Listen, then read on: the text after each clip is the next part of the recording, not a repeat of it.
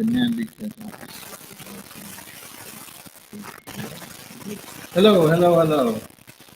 Don't know if you can see me. It looks like you got an empty room. Yeah.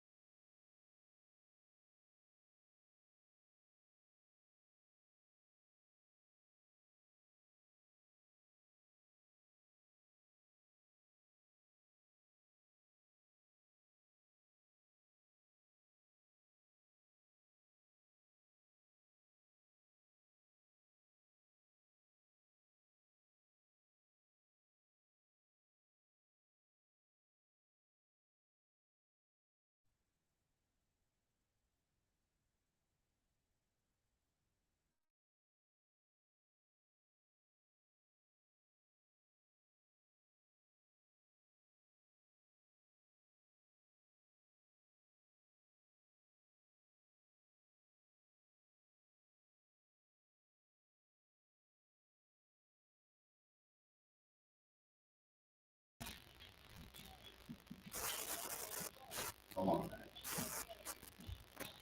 There you go, Bob. You're on. Please help me connect correctly to where we are. It's insane. It's going to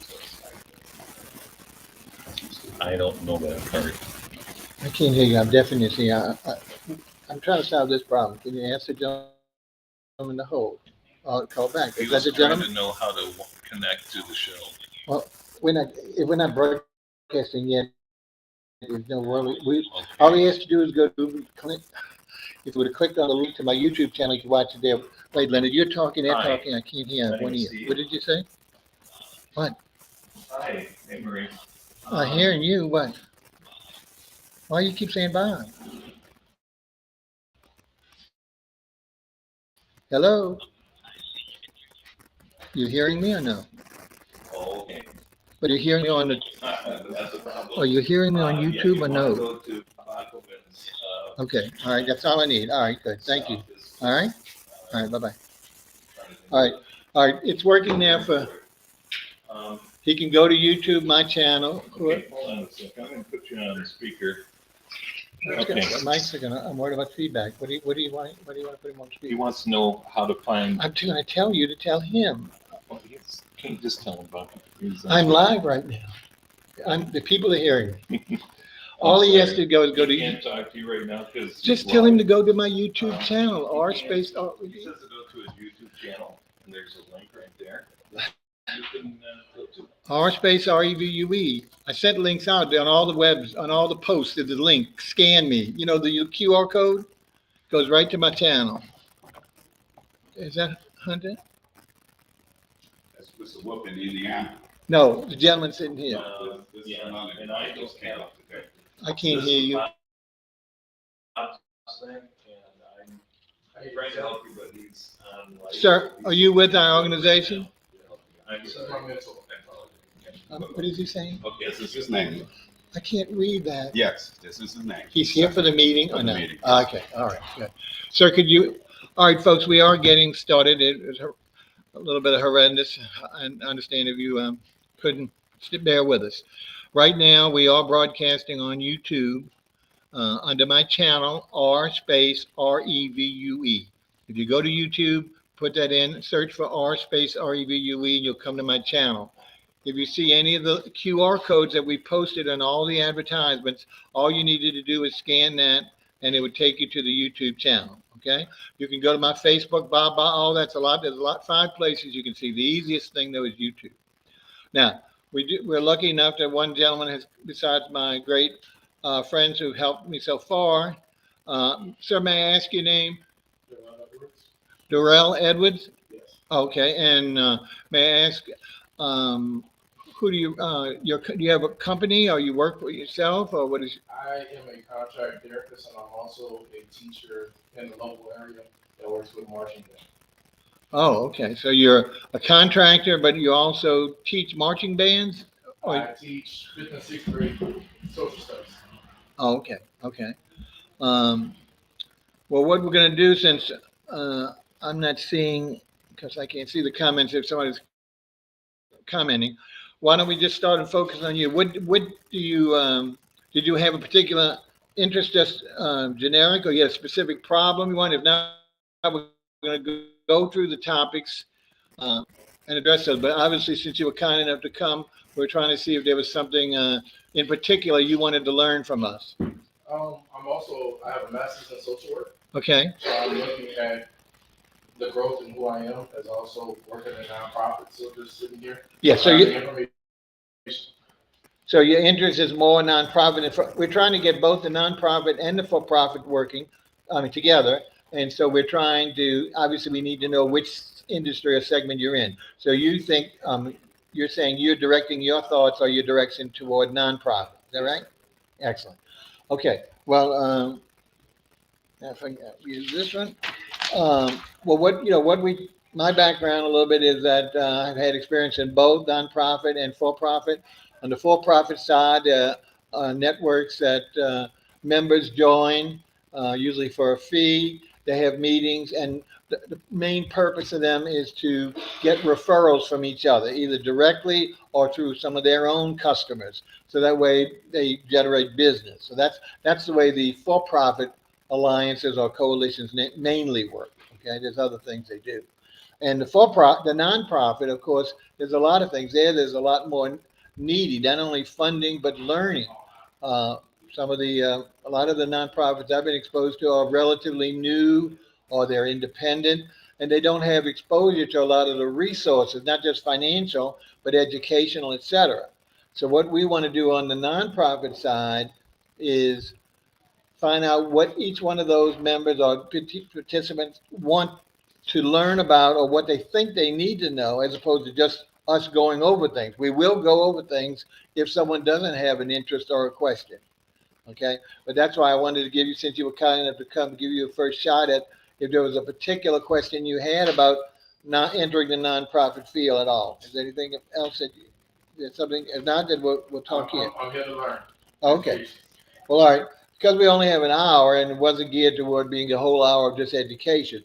First thing was, of course, to introduce myself, and we were hoping to have a few more representatives here and they could be seen. Unfortunately, our webcam is not working now, so the audience is not, the viewing audience is not seeing you, which may or may not be your delight anyway. So they're only seeing me. First thing, after that first introduction and a little bit of overview explanation, we were going to talk about perks. As I mentioned to you, the perks for the for-profit, we'll skim over real quick, try and do both, mainly getting referrals from each other and also hopefully from the nonprofit sector and vice versa, whereby you can get clients because someone you know that you're a member with now is kind enough to share their relative or their friend or someone that they've served with you if they would need like contractor work or HVAC work or something like that. Uh, but again, for the nonprofits, we have a little bit more perks with regard to going over, once we find out what each level is, what you actually do. Now, have you formed a nonprofit yet or not? No, sir. Okay. And do you know what you need to do that? I have somebody that works. Okay, With that's good. grant writing for me. Good, good. Well, what happens is you have to, first of all, of course, just like whether you're profit or nonprofit, you have to file with the state with the name of your organization, okay? Secretary of State. And it's brief information. There's no charge, I don't believe, unless they've added charges. No charge. No charge, good. The next thing is that you have to get an occupational license from the parish that you work in, whether you're a nonprofit or for-profit. And there are certain forms that the grant writer will hopefully, or attorney, whoever's helping you file for nonprofit status, that you'll need to fill out on a quarterly basis, 990. The first one is a little longer, basically saying who's involved with your organization, what's your mission, what do you plan on doing with your organization, and that kind of information. It's a question and answer. Some of it's black and white, some of it's more subjective. You submit that to the Secretary of State, and they will approve it. Now, the problem is they don't approve it in a week; they approve it like in a year. Okay, but what's good about it? Once you file that form, even though you haven't been approved, you're in the process. So you are recognized as a 501c3. So that means you're allowed to accept monies, donations, fundraising. You're able to do that even though you haven't been approved yet. Okay?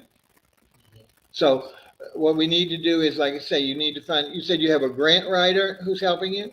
Yes. Okay. Well, usually that's for one. Now, he or she will, I'm sure, have the information on how to apply for your nonprofit status. But if not, you can just go to the Secretary of State website and get the forms that are necessary. Or if necessary, I can find some and we can send them to you. But that's the first step, other than registering your name as an organization with the Secretary of State, regardless of your status, and then also getting your occupational license. Now, like I say, people will charge, some people will help you, but they also want a fee for that. It's not that hard. But what happens is you have to be able to answer the questions. And some of the questions are, as I mentioned, more depth. It's not just yes or no or your name. Like, obviously, a lot of the startups, what happens is they don't have a lot of connections. So you have to create a board, whether you're a nonprofit or a for-profit. And one will be not the president, that's on the for-profit side. On the nonprofit side, someone would be the executive director. That's like the head of the organization. That's the mainstay, main contact. Then X number of people on your board will do different roles. Like, you should try and get someone who's good with banking, so that when you start getting monies or have to pay monies out, they will help you with regard to that, and hopefully not charge you by being on your board. Same thing with insurance. You will have to get insurance because you're operating business insurance, some other things, whether you're nonprofit or not. So it's good and we can help you with that. Form the board. Find that we might not have enough people that are willing to go to you since they know you. But what you need to do is think about your relationships, the people that you know, and what industries these people are in. And the first thing to do, if you can get an insurance person, a banker, what else? Someone who's good with we can use secretary, like an administrative assistant, because he or she will take notes of every meeting and keep track of what you need. So those are you have to have at least 3 people on your board. You can have boards. Some boards and nonprofits are 35 people long, but most of these people are just honorable mention. They don't even go to a meeting. They don't do anything. So the key there is what you need to do is, first of all, think about what you want to do as a nonprofit. Who do you want to serve? Do you have any ideas? Do nonprofits related to the marching bands or to the educational of students? The education of local youth. I'm sorry, education of The local youth. local union? Youth. Youth. I'm Youth. sorry. I'm deaf in one ear and I'm not That's kidding. okay. I'm sorry. No, that's no problem. Thank you for being clear. Yeah. Well, what you can do also is, and we're trying to, what are the perks? I'm jumping ahead to the end. there's something we're trying to get for you in New Orleans. We have it for Jefferson Parish. It's called a new business report. And what that does is list every new business that gets a license each month in the parish that they get it. And what you can do there is, because we're trying to find out if there's a master listing of all the nonprofits. Because, right now, of course, the most obvious one is Son of Saint. He gets the most money because he's a son of Saint. He gets all the free publicity. And he does mentoring, but I don't know to what extent he does of the youth, but I know that's his and his people's extent. But there's all types of other nonprofits with one person shop. We had a young lady that we met years ago, Noreen Jacobs, and her deal was that she was training students, sort of like uh, after hours, and she would use the library, and she would get paid just like a tutor. She was like tutoring and mentoring students to improve their grades, and she's still doing very well with that. She's expanded it way beyond. So that's the key right there, is to find out. And we can't do that here because we're taking the time. I mean, we have to do this on a one-on-one basis, or you do it with the people that's going to help you put it together. Okay. And then once you get that, then it's a matter of starting to see, well, what do you need to do your services? One, do you need contact to the students? Are you planning on going to schools, or people help there to get the students that you're training, or people, these are at-risk kids who don't go to school? So you need to further define which type students or youth that you're planning on mentoring. You follow? Because there's different, again, you're going to have some competition in each category. Okay, and that's the uphill battle you'll be facing. If you were the only one that was doing this, then it would be very easy. Okay, we'd be able to get you all kind of information. But because New Orleans, has had youth mentorship for years and continues to expand, new ones open up all the time. But what we want to do to try and help you is try and identify how many nonprofits that serve our youth. And that way you can see some of them are basically neighborhood or zip code oriented. Like, let's say I'm touring New Orleans East. I don't know if there is one out there, but or more. But a lot of these are teachers like yourself who want to do beyond their normal job of educating the students, and that's what they'll do. They'll take on these things, and many times their limited resources, or limited resources meaning people, will be people in their area, either the school that they teach at or relatives and friends that have children. Follow?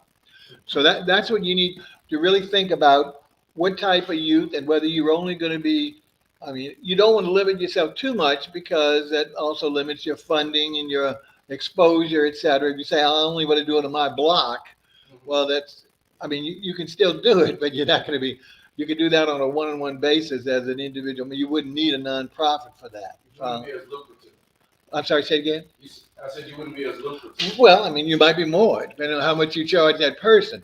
But what I'm saying is, if you really want the benefits, and so we're going over, besides the, the grants, which are few and far between now. What do I do with my paper? Besides the grants, the next thing we have, topic is how to generate funds. Okay, now, grant, before maybe 20 years ago, most nonprofits got grants from the government, certainly the national government. Well, with all the Republicans and all the cutbacks of things, major, especially arts and stuff like that, all that has been cut back substantially with getting national grants, which makes it worse, because now you have more people looking for more money and not more sources. So grants are still important. What you have to realize is your grant, though, is going to be on a smaller amount. Like, you probably couldn't get $20,000. Maybe grant writer is great, you can do that. It depends. Have you chosen this grant writer already, or he or she is just friends of yours? How did this come about? She's a friend of mine. Her and I were both going through. She's going through her doctoral program. Oh, great. And I was going through my master's program when we met, and just watching her grow.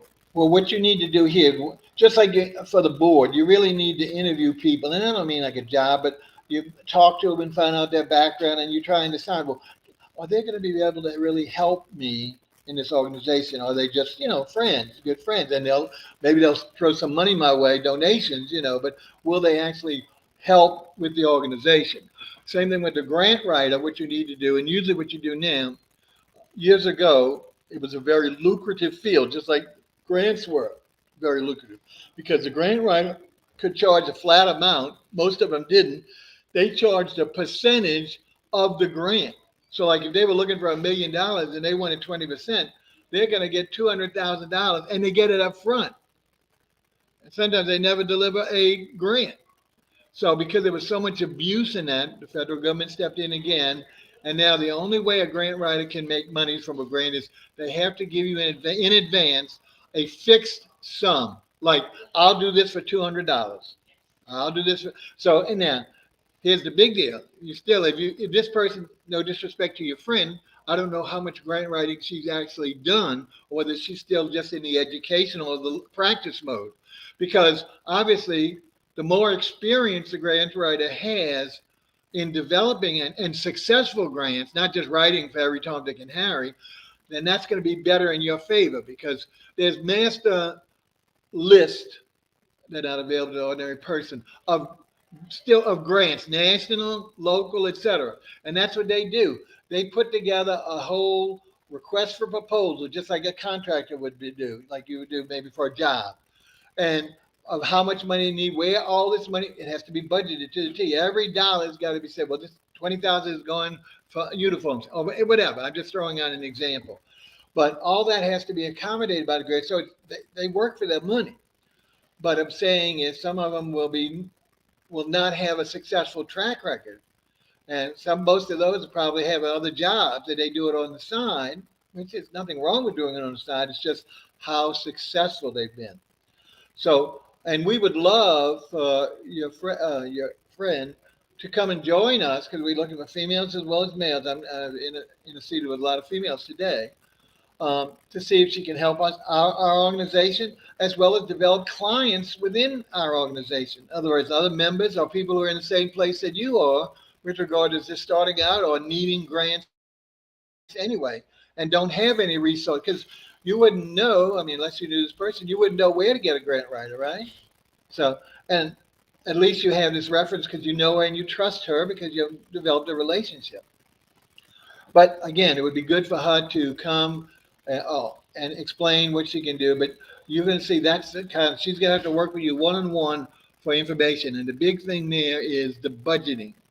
In other words, when you decide how much money you want to get or hope to get, then you have to have a budget of how every one of those dollars is accounted for, that she has to include in the presentation to whoever the grantors. That she's not going to just send it to one person or one company. She's going to send it to a bunch, but that will specialize.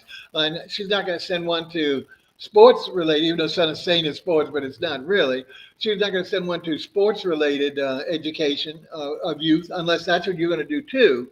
She would send it to more the educational component ones. You follow? So she'll carve out that niche of who to submit it to, and then she'll make X number of copies online or whatever to submit to those grantors. And then it's just a waiting game to see whether they approve you or not. Now, the problem is, at least you have another job, but some people who they're depending on that as their only job, and they're in this waiting mode, especially in the beginning, that's difficult. Now, locally, we have several foundations that do grants, but very small. Okay. One thing you may have heard is what do they call it? Giving Tuesday. In May, the first Tuesday in May, we just had it in May. Give Nodal. Thank you. Well, one of them. Anyway, there's two. The other one is in November. Okay, and they both do the same thing. What's happened is all of the nonprofits in New Orleans that want to try and get money, they will participate. They join this organization. I don't think they charge them for it. They did at the beginning. They didn't. I don't know what they do now.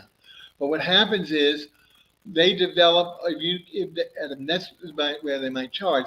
They'll develop a place. If you don't have do you have a website, or do you have Facebook, or do you have anything in social media that you have? Not right now, no, sir. Okay. Well, we need to definitely help you and work with that. And again, Anybody that helps you is going to charge. We're not necessarily going to help charge yet. That's our goal. The only time we will charge is if it's something we can't do, and then we'll bring in some people and see if you like them and what they would charge and see if you're comfortable with that. Okay. Uh, but what happens there is on your website and on your pages, social media page like Facebook, etc., you can put two things. There's a very simple thing. Have you ever pasted done anything on Facebook at all? Any creating? Huh? I have, You posted something? yes, I have. Well, if you look down at the options at the very bottom, it says donate or raise money. So you click on that, and automatically on your post, that's just a poster, not on your website, will allow the people to go right there, hit that, and pay you directly, or however that goes through. That I don't know what payment process it uses. Okay, but what's more importantly here is the Greater New Orleans Foundation has now been the central factor in the nonprofit programs, these two donor programs. They run the whole thing. They do all kind of social media posting for you, a lot of publicity. And what happens is they get all the money is pooled together, and then they allocate it to the people who have been there. They also run like raffles every hour. That's why if you have a lot of friends, you have each one of your friends every hour you give them an assignment. Do you stay up late at night? 11 o'clock, go log on because there's a raffle. And if they log every hour, they'll give maybe $200 or $300 to the raffle winner, whoever logged on in that month, that hour.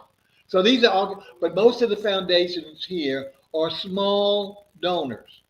2,000, them 5,000 maybe, but mostly small. Unless you hook up with basically an organization that is localized here, but really is headquartered somewhere else. Like, well, a good local one would be Oshner. And Oshner's not in a financial situation to help anyone right now. I bring up that because I know you can't get anything from Oshner. Copeland used to be, when he was alive, was very generous. Okay. And not only not only can they give you things in kind, meaning money, which is the most portable source of revenue, they also can give you things in trade, especially products.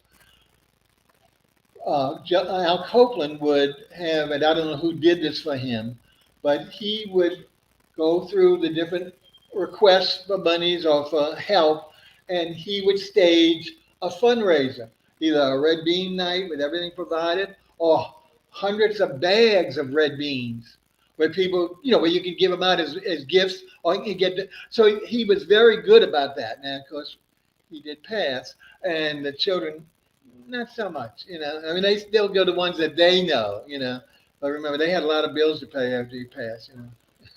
Financially.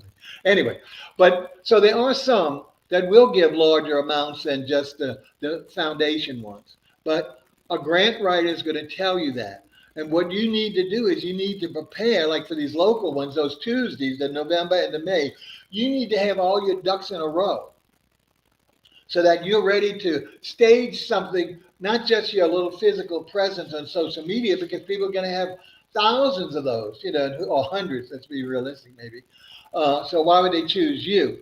So now, one of the big fundraisers, like I say, in the old days, it was grants for the nonprofits, it was referrals for the profits, and there were things where you raised money for nonprofits, and it was called, basically it was, well, what's the best thing to do to get people to come and give money? The best thing is, first of all, New Orleans, feed them, all right? Another good thing is music. They like to dance. I'm sure you all do. And in a social type environment. So they created this thing called the gala, or gala, however you pronounce it. And what happens there, they usually have it once a year. In the beginning, it was only the really upscale nonprofits that did this, and they would rent the penthouses of the hotels, okay, ballrooms there, spend umpteen months of dollars that they had themselves anyway, and then get umpteen more coming back where people would pay the admission price, using today now, it used to be like 100, 125 for a couple.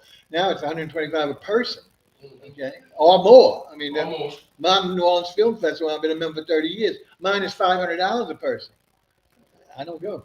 I stopped going. But in addition, they said, well, maybe there's more things we can get. We can milk this further. So they created the thing, and they didn't create it. They brought it into it, called the auction. And there's two types of auction. Do you know what an auction is? Maybe, huh? Yes? I didn't hear. Yes? No? Yes. Okay. So there's two types of auctions that they do, that they can do at a gala or anytime. One is called a verbal or an oral auction. There, they usually bring in a professional who charges you a little sum, and he will call out each and display each item that you're going to bid on. And everybody has a paddle or a hand, and they raise, and whoever has the highest bid at the end of that 5 minutes or whatever they're allocated to do each item wins. Okay, but what happens? You either have to go buy a lot of stuff to give away, which is costing you, or this is where your connections again, where you might know someone in the hotel industry, even if it's, you know, I won't say you get a number 8 motel that you're going to get a lot of people buying on that. Okay, but what I'm saying is a lot of them, one of the most common things in an oral auction is vacation plans or hotel stays, like in New Orleans, a 3-day weekend at one of the hotels. Okay, and they don't get, they're just going to cover usually the hotel room for 3 days or 2 days and 3 nights. I mean, whatever it is, vice versa. But these are things people love. The other one, very common, gift certificates from restaurants. Again, taking that element of food. Everybody in New Orleans is a foodie. Everybody loves to eat. So whether it's nickel and diming them with McDonald's, which may be one of our members, or getting upscale restaurants or family restaurants, whether it's and they're not, you can't get, there's no need getting a $10 gift certificate because, nobody's going to bid $10. So you got to get them there. It's at least 50, minimum 50, more like 100 or more for these restaurants. And what happens is people will, same thing. And there's numerous sides. Harry Lee was very generous, not so much his daughter. And he would offer every year a 3-day or 4-day all paid camp trip, fishing trip and hunting trip at his, I think he had a lodge or whatever they call it, camp. And this would be totally paid. Okay, so it would be worth thousands of dollars. And people would bid on it and, of course, pay big money for it. So these are the kind of things. Now, the oral auction, unless you can get a number of relatively high, like over at least $100, there's no need to have an oral auction. One, you probably have to pay the person. I do for free if I'm available and I'm still standing. And I'm not a qualified auctioneer, but I've done it for years for nonprofits. But if you get someone, and anybody can do it, it's just the big deal is the ability to speak and to generate sales. And that's to basically start competition. You start over, it's not like a catalog, just the opposite. You want to take your time. What do I hear? We're starting off at $25. Who's number 64, beautiful young lady. Oh, Mr. Yeah. Oh no, you got to go higher than 25. Oh no, $5 down, another 50. So that's how they do it. They work the audience. Okay. So you just stand there reading. We have a $300 things. How much do we have? They're not going to give you much. Okay. You got to develop that personality straight as well. But the individual, and Brian can talk about this because this is geared to a lot of the local elementary educational institutes have some limited form of a gala. Okay, where they get all of their parents, usually mainly the parents, I like the ladies, to do like crafts, arts and crafts, and they put those on for sale. But the other type of auction, and that's called silent auction. Silent because you're not yelling out and nobody's yelling out. There will be a list of and there'll be tables set up, booths or tables, and each one will have whatever this thing is, a crochet hat, and it'll have a little sheet of paper with lines, and you write your paddle number and your name and how much you bid. And it keeps billing. So you got to watch it because those run for like 15 minutes, a half an hour, whatever they say up front. And they'll let you know, the auctioneer will say, or someone in charge will say, 5 minutes and booth number 1 is closing. That means you better get up. If you want to check to see where your bid is, if you're down in the first bid, you ain't getting the item. So that's how that goes. Okay. But once again, the problem is, you can't get that much money. It's based on volume, obviously, of $5 items or $10 items, And everybody wants to charge. Oh, this, my grandmother made this crochet hat, it's worth $100. Well, how many people do you think would pay $100 for that, other than your relatives? Other than your relatives, huh? And so that's the deal. It's very difficult to stage. The combination is great unless you develop. I'll tell you, my good friends. Brian's wife, I'm not talking about turn, is a principal of Lutheran Covenant Elementary School, which is a Lutheran private-based school on the West Bank. Okay, and we did a little, like I said, a little gala family. They do things like that before. The older friend of mine, her father founded the Lutheran High School, which is a high school. Used to be in Orleans, and now they're in Jefferson, the actual physical plant. She is so well known. She insures the Essence. She's got a huge insurance company. Insures the Essence Festival, the Jazz Festival, numerous restaurants. She's got a huge, one of the oldest and largest insurance companies right across from Delgado in the city. Because of that and her very warm nature, she is very much a social animal and knows everybody politically as well as socially. So she gets tons of money. Years ago, when my best friend who passed away, our mutual friend, helped her with these. She has a lot of volunteers, but I'm saying the two main things, getting all these donations, they would make, you ready for this? And this is back in maybe 3 or 4 years before for the pandemic. They would get $75 to $100,000. They would clear after paying for, like if they had to pay for food or the rent of a place or that.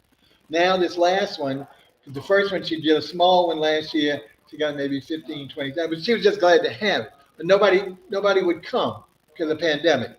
This year we finally got, and she was able to get $56,000 or $60,000, and she was over the top, over the rainbow.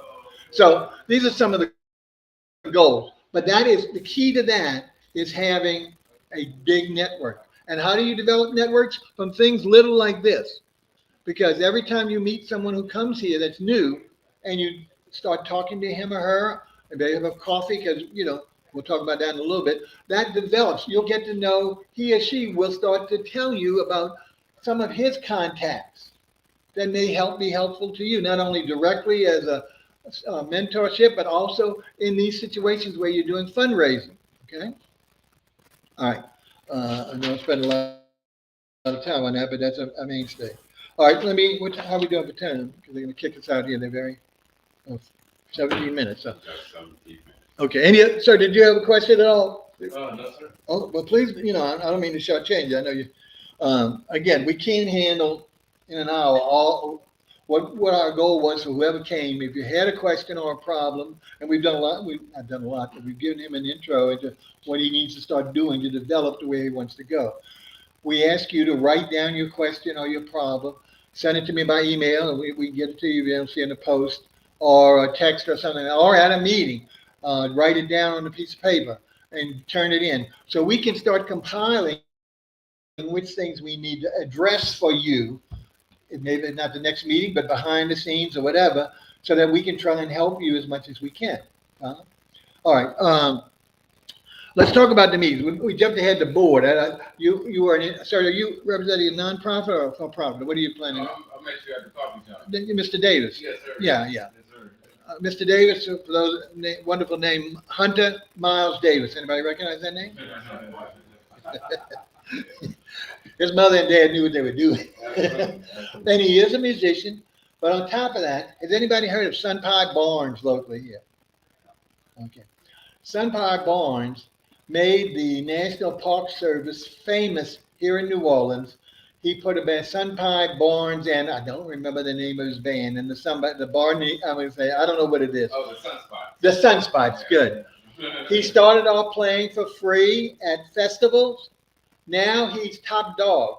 He does commercial, huge amounts of money. And at the same time, he also continues as a park ranger. He'll wear his uniform sometimes when he's playing. And they love him. He plays at Dos Jefes, which is a cigar bar in Chapel. My two friends, they went there every Thursday when he played. I don't know if he still does that now. But anyway, we've got the new Sunpie, right, sitting across from him. Because he represents the National Park Service here as a full-time employee. And what's really something new he told me is that they have just in the French Quarter, a lot of tourists, created a new jazz museum. Now, there's one in the Mint that's owned by the Louisiana State Tourist Commission. This is a different one. What's good about this one is they have free performances every day of the week. From what is it, 1 to 3, 3 to 4? Yeah, so two to three. And each day they have a different band or soloist to perform. And all you need to do is take the elevator up to the second floor and go, right? There's no charge, right? It's free. So we want to help him, one, get more exposure. In turn, he's going to help us, like doing at a gala, at some of these galas. He's going to provide music. Now, he's a phenomenal drummer, and not everybody wants a drum solo all night long. So but he does have numerous associates, beautiful ladies who sing, men who sing, so he'll put together like a combo or something like that. I've got some information for you quick. I don't know, we should wait. This just developed. I don't know if you heard about it. Let me touch the base, and then we'll come right back specifically to you since we get a lot to him. There's something that we're going to be sharing with you all once we grow. And this, I kind of talked about it without being specific. Every month, the parish of Jefferson, which probably is not your forte, the East Baton Rouge parish, which is probably not your forte as well, produce what I call the New Business Report. The New Business Report is every business, whether it's nonprofit, for-profit, that filed a permit for an occupational license, which they have to have in the parish that they're going to operate.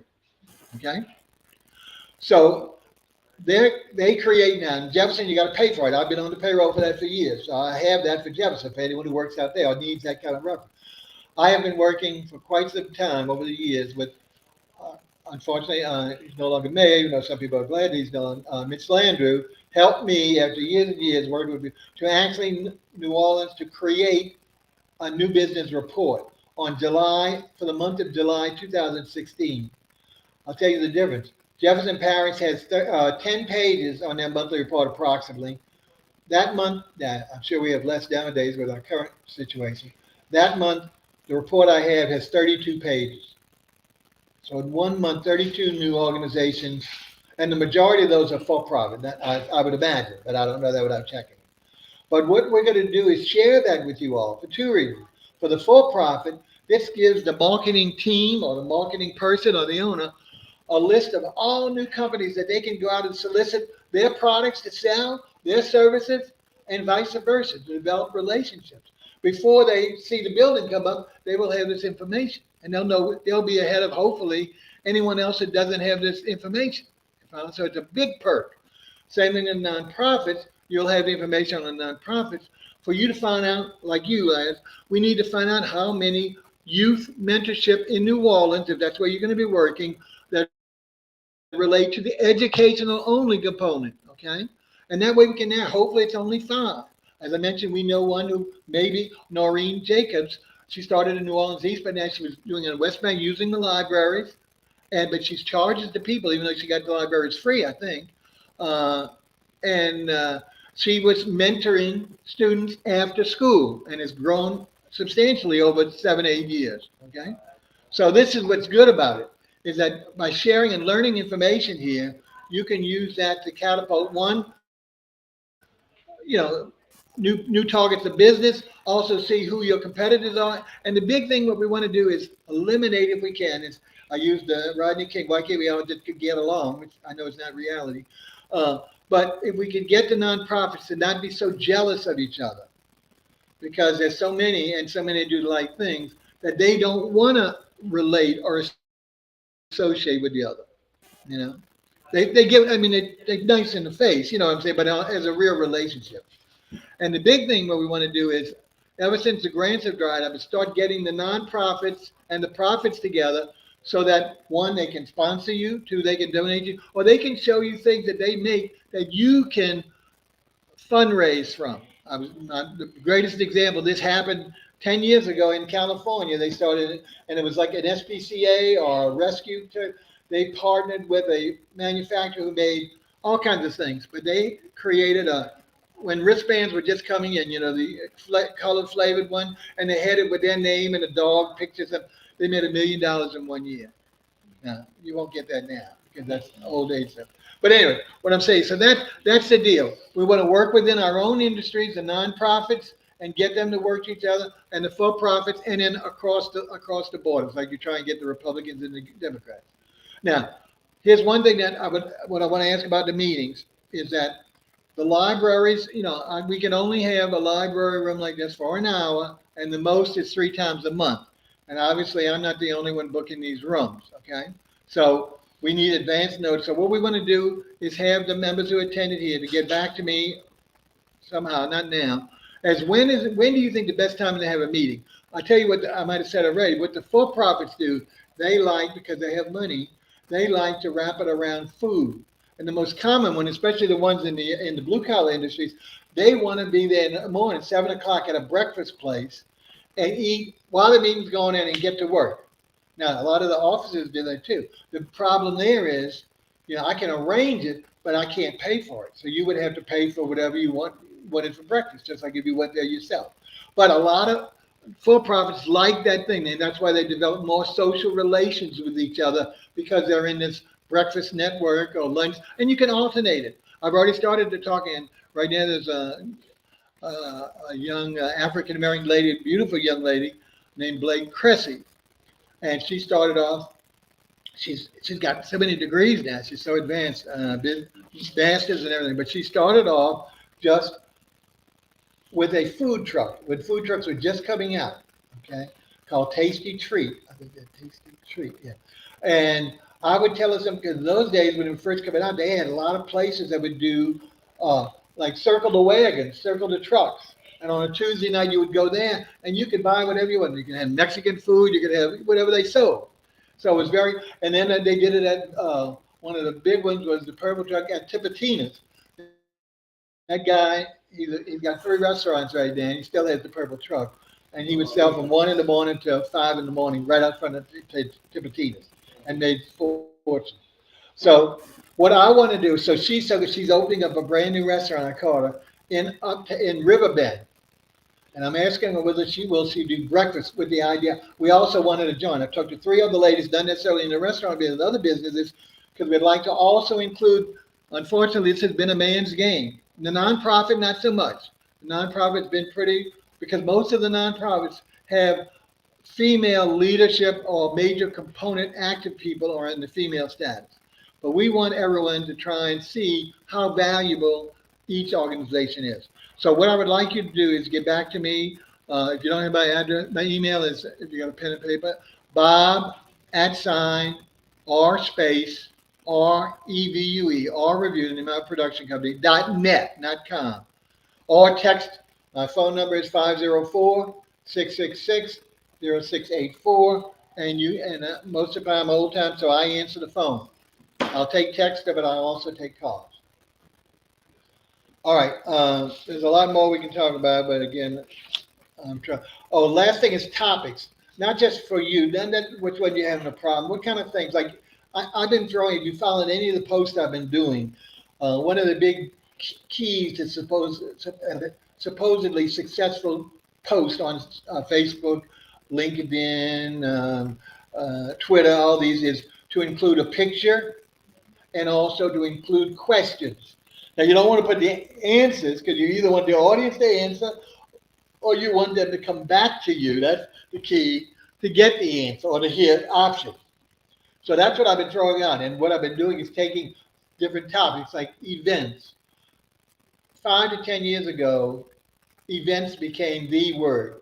And nowadays, restaurants, they'll have, like there's 3 of them going on right now, wine pairing dinners.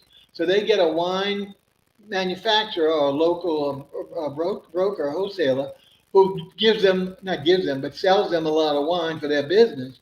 And they will stage a dinner, a special event to give an X number of courses that their chef will make with wine supplied by the vintner, so they don't have to pay for that. And right now, those running like $125 to $250 a person. And they're doing them all the time. But now, so events have become, originally events were the galas I just talked about. But just like on those days I talked about that Tuesday on November and May, nowadays to draw more people in, the nonprofits are having events. Like they might have this gentleman come if they had a building, or they wanted to work for a hospital, whatever they worked, they would have him come and play, hopefully all day or somewhere. So people would come in and give away things. They give away trinkets or raffles. To get people there to come and to donate. That's how they build their donations up on that one day. It's one huge day of work, but some of them are that committed to it. And events, people love to go to places, whether it's food or drink. A lot of the events turn out to be just social, mainly happy hour. Especially the young ones, they just want to meet and greet and date. Or not even date, they want to do whatever they do. But what I'm saying is, nobody wants to sit at one of those things and hear business talk, and then they want to just go for the socialization. So, but you have to mix that in. You have to balance it. If you just do those, you're not getting any benefit out of it. You're working your butt off getting these places. I mean, a lot of the places are anxious to have these things because it brings business into the thing, but they want to get paid. They don't want to all give it free. So we'll work with you all on that because that's another mainstay. So besides grants for nonprofit, which is not the big thing, there's auctions and galas, events. There's fundraising, all different kinds of fundraising, and there's these actual direct sales, which is coming from this report. Anybody have anything else? And I'm going to tell you these two things real quick. You got 4 minutes. Okay. Anybody? So you have Darrell? You have any questions? No, actually, some of the stuff I actually did when I was in the military. There you go. From the silent auctions and also. There you go. So you got good training. Understanding, like the benefits and as well as the giving and the asking for funds. So I like. You're halfway there, or maybe more than halfway, depending on how. Unfortunately, I've done a whole lot of it. Unfortunately, what? I said, unfortunately, I did a whole lot of it. Not meaning unfortunately as a negative, but I actually got to see both sides of it. The help put together with professional organizations. Right. Right. Well, that's great because you got to look at it from both sides. I don't know if you heard, the lady just came on TV today, local TV. Her name is Lisa Alexis, I believe. She's the director, I think that was the title, of the Cultural Economic Development Department. Okay. And she announced, leaked it out, that tomorrow, has, with her people, worked out a deal with the mayor of Los Angeles, or someone in that capacity in Los Angeles, to recognize New Orleans on an annual festival basis. It's going to be called the International Jazz Festival. It's going to be held at LA. There's a particular location where a lot of New Orleanians have gravitated to a long time ago and continuing, where they want to be with their people, whether it's post-Katrina or whatever. So she's bringing over a brass band, a whole entourage. She knows how to travel. And at 10 o'clock, 11 o'clock tomorrow morning, they're cutting the ribbon, and I think that'll be televised. So the first festival, I don't know if she said it was this August or next August, but any musician can apply for it. So I want you, I'm sure other people have seen it, I want you to try and get in touch with her, Lisa Alexis, or her department, the Department of Cultural Economic Development, okay, to see how you can get your hat in the ring.